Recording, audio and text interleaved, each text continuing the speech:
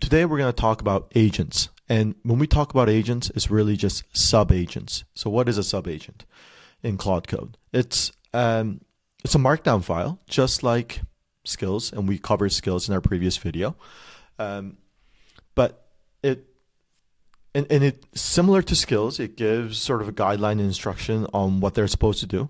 But the main difference is that the agent, the subagent, does not take up the main agent's context window.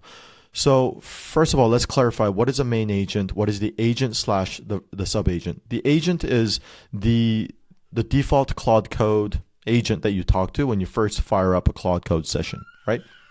That agent can delegate its work to a subagent, which means that the Claude Code agent, the main agent, calls a subagent and is able to say, hey, do this work, right? The benefit that you get from doing that is that the main agent has its own context window, and I've pulled up this context window by typing in /context.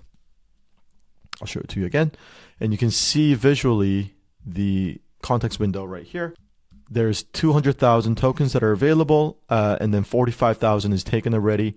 And if I was to continue doing this work inside of the agent, this context window would start getting taken up with the messages history, right? And this is what eventually leads to a full filled up context window, and then you have to compact or restart. The subagent has its own context window, so that's both a pro and a con. So the benefit of having a separate context window is that it doesn't it uses its own context window and doesn't clutter up or pollute the main agent's context window. The downside of that is it might not have all of the context that it needs to do all of this work. There's a clear separation, and that's by design. And so not every task that you currently do with the main agent makes sense to delegate to the subagent. And I'll show you an example of what might make sense, right? And so in the previous video, we created a skill where we do an account research. So I say, okay, conduct a comprehensive account research, and I'll give you the URL, right? And once I give you the URL and the company name, there we go, company name and the URL, you do all of this work, you do a bunch of research, you look up their leadership, you look up their product positioning, recent news, blah, blah, blah, and then you return the research, right? What I've done here is create the exact same account research skill, but replicated that in an agent format. And the way I did that is very simple. You just go /agent, agents, and then you can actually just create new agent right here. And if you click on it, you can say, do you want it saved at a project level, so only just in this repo, or at a personal level, which means I can use this agent across all of my projects. And I'll say just this specific project, and I can actually generate with Claude, which is recommended. So Claude kind of reads your prompt and then generates a full-fledged agent file based on that, right? And that basically what I told it was, read the account research skill and replicate that skill in an agent form. That's basically what I did. And this is the result of it. It's as easy as that. But what I'm going to do is actually show you why it might make sense to create agents in certain cases, but in most cases it doesn't, right? So what I can do here is I'm going to actually say, there we go, use the account research skill on the following URLs. And I will, so this one, to clarify, is using the skill because I want to show you how it eats up the context window already. This was the context window. We started at 54%. I don't know if you noticed it, but now it's at 46. Now it's at 44%. And it's going down as the main agent is reading all of this, right? So I'll fire up a Claude session here. And I'm going to say, use the account research, not skill, agent on the following URLs. And you will see that the CTX, the context, will start at 50-some%, 56%. And it'll go through and sort of show you what it looks like. This is going to take forever, so I'll walk you through a few other things while we're waiting on this, right?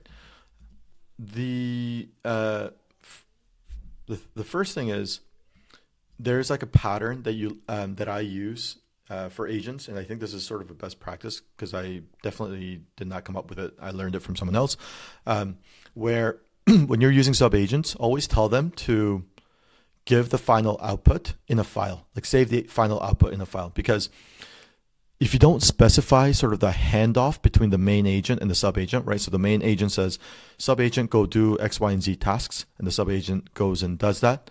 And then if they don't know what they're supposed to do with the final output of their work, they will dump everything back to the main agent, and the main agent's context window will get cluttered with all of the work that the subagent did, right? And so if you look here, I say critical output requirement, read first before you do anything else. You must save to a file, not return a response. To conserve context window space, write your full research report to file, and then to the main agent, return only a 3 to 5 sentence summary, and that's it, right? This way, this context window is preserved, and I can do a bunch of other stuff. Oftentimes, if you want to look at, is this company that I'm looking at targeting like enterprise, or is it targeting more of like free trial, self-serve, PLG motion, right? Are they doing that? Well, one way to tell is like read the CTA button, right? Every landing page will have some sort of CTA button that says like start now, do a free trial, or like book a demo, talk to our team, or something like that, right? Well, if it's like talk to our team or book a demo, you know that it's more of an enterprise motion. Whereas if it says start a free trial, no cards required or whatever, you know that it's PLG, and that might be relevant for you. But in order to get that information, you actually have to go send an agent to fetch the entire content of the landing page, right? And then from there, the agent can find, oh, this is the main CTA button. Oh, this is what it says, right? So you can create a subagent to basically go and scrape the entire content of a website of maybe your target account, and to determine whether they're a good fit for you or not by seeing if they're enterprise or PLG. You can say, throw everything away and only return the text of the CTA button, right? So that would be like an example of where there's a lot of this context that has to first be consumed by the subagent, and the subagent finds a relevant bit of information, which is usually quite small, and then only returns that to the agent.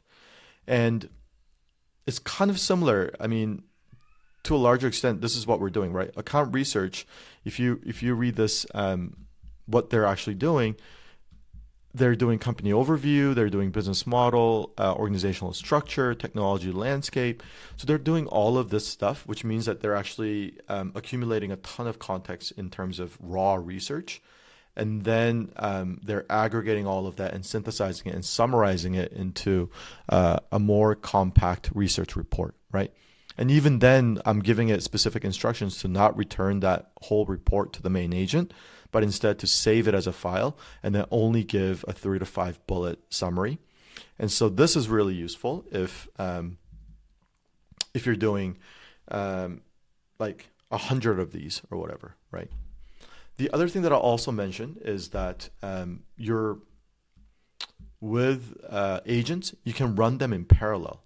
So I didn't say that, right? I didn't actually say use the account research on the following. I just said on the following URLs, but Claude knew to run it in parallel, right? So it's like predisposed to run things in parallel to save you time. And so it runs it in parallel, and it'll return everything when the research is done. What's also nice is you can see here it says Control B to run in background. So I could actually press Control B here. And then now everything is just running in background tasks, which is kind of cool.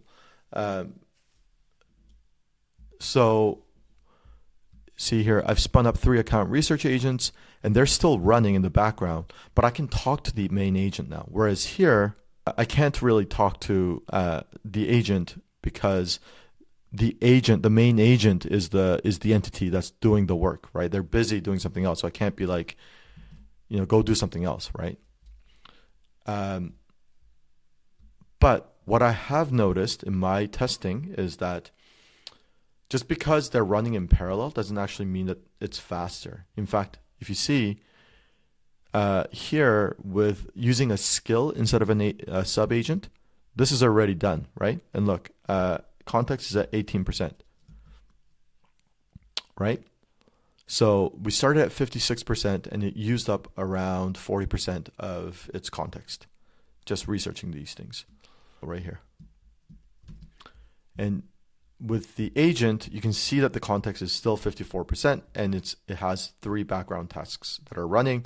Once it completes, you'll see that the context is going to stay around 54%. Now, the agent tasks just completed, and you can see that the context remains at 54%. I think I said at the when we first started, it started at 56%, so it only took 2% of the context. So if I show you the context visualization again, you can see that messages only 6,000 tokens, despite the fact that if I show you the reports, right, like it's literally major announcements. It's like 700-800 lines of research and all of these things that it went and visited and read, right? All of these sources. And yet it only took up 3%. If I show you here, wait, you can see context. Yeah, you can see all these purple disks, and you can see messages that took up 38.4%, right? So now you might have an instance where you still want to do this like context-rich, context-heavy research inside the main agent because maybe you're developing a skill and you want to iterate and give it feedback, in which case, this is the right direction. But otherwise, offloading it to a sub-agent might make a lot of sense. That said, I almost never use agents really because I find that skills are often good enough. But if there is this like very targeted use case of tons of tokens being generated and I only need a very summarized version of that or whatever, then I'll probably use an agent. Now, I think we've seen a lot of changes with both agents and with the launch of skills. I do think they're going to continue to serve like 2 different purposes and they'll probably diverge even further. So, this is February 2026. We'll see how things change. And, I might update this video at some point if I find other really good use cases for agents. But for the time being, that is, context heavy tasks where it's not dependent on the main context window and it can be scoped explicitly, is a really good use case for agents. Otherwise, I would lean towards just using skills. Cool. That is all for agents. If you want to learn more, there is a whole page on how to create custom agents. And first is isolate high volume operations, which is what we've been talking about a lot. Run parallel research, yes, but at the same time, I found that it's a lot slower. So if you're trying to save on time, that's not necessarily the right, it's not a benefit. Chain subagents, I think, is something that is interesting that I haven't explored enough, to be honest with you. So that can be something pretty cool. And then they have a pretty good framework in terms of like agents, subagents versus main conversation. And the main conversation, you can obviously bring skills into it. So yeah. And then like this is like the 101 stuff, but like the 201 stuff, you could actually create a skill that can be forked to an agent, right? So you can create a skill that an agent can use, or you can create an agent and then give it specific skills that it can use, for example. So you can like combine those two, and now we're talking about sort of more advanced Claude Code usage patterns, and maybe we'll save that for another time. Okay. All right. Well, thanks for watching.